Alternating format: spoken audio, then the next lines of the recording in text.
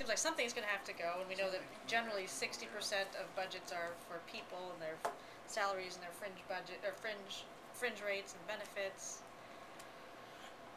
I I believe a couple of things. One, I think that if we're truly talking about conserving, then we need to see what it is for the cost of some of the things we're doing.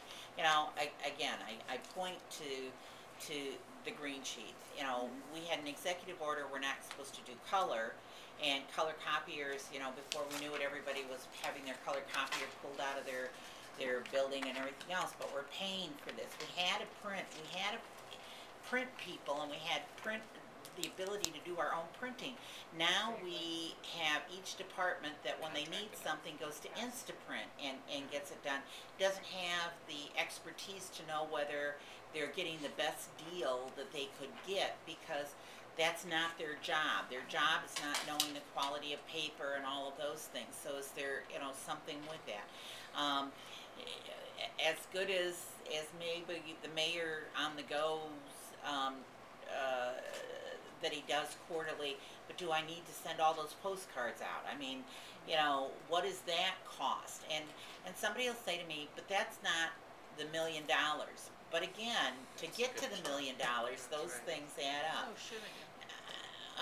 How many departments, you know, have more than one copier in them? I happen to know that city council has two. Do we need two? You know, we're paying a lease on two. Do we need two? Can we get away with one? I believe we can. Are there other things that we need to look at with that as you do those audits? I've been asking over and over again, we keep talking about energy audits. We're going to do these things in City Hall to reduce cost and all of those things. I've yet to see the Board of Water and Light coming in and saying, okay, for every bathroom we're switching out and putting the light sensors on so that when you walk in the light comes on instead of leaving the light on. I've yet to see that all the toilets be turned over to be, you know, the flush, so that when you stand up the toilets are flush. Those are things, and what are the long term? And sometimes you can work with manufacturers that the money that you save helps pay for the devices. Are there ways that we can do that? And even with some of the stimulus dollars on energy, you know, you start ticking those away before you realize that it makes a difference. We as a city advertise ourselves in many organizational things as well as giving money to those. Should we be doing that? You know, in this particular time, you know, GM made a decision not to pay to have the Lugnut Stadium still named after them, but they're giving money to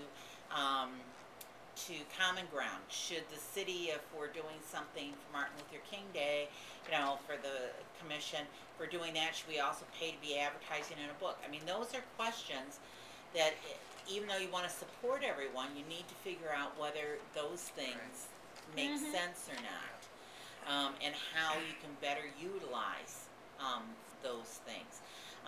Does it make sense for us to pay a company to do collections for us out of Detroit for our ambulances instead of doing collections ourselves? You know, I mean, because they take a percent of what they're collecting.